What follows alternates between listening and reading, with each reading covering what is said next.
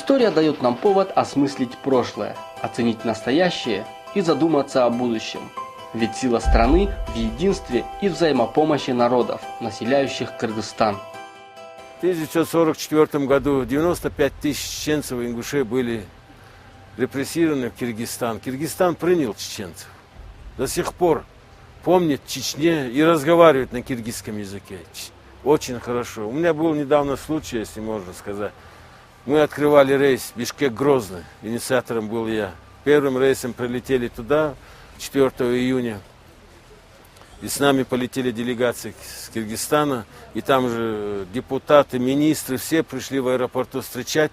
И депутат выступает и говорит: мы не забыли, говорит, наши родители, как в 1944 году кыргызы делили куском хлеба, говорит, и пьялкой айрана, говорит. Благодаря кыргызам, говорит, многие чеченцы и ингуши вернулись на родину. Так что чон рахмат Кыргызстану. Своими успехами Кыргызстан в том числе обязан многим народам, которые живут и трудятся на благо нашей общей Родины. Воспитал чемпионов СССР, чемпионов Европы, чемпионов Азии, чемпионов мира, рекордсменов. А паралимпийцы, это 27 лет назад мы открыли этот вид спорта, один из первых.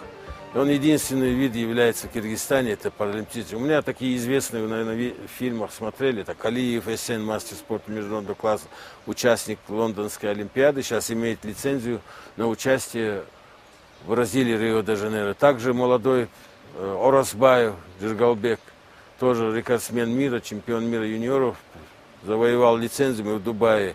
Значит, у нас уже 2 лицензии на Паралимпийские игры. Они проживают в 4-м микрорайоне, прямо в школе сделал условия им. И они там живут, тренируются и поднимают огромные веса.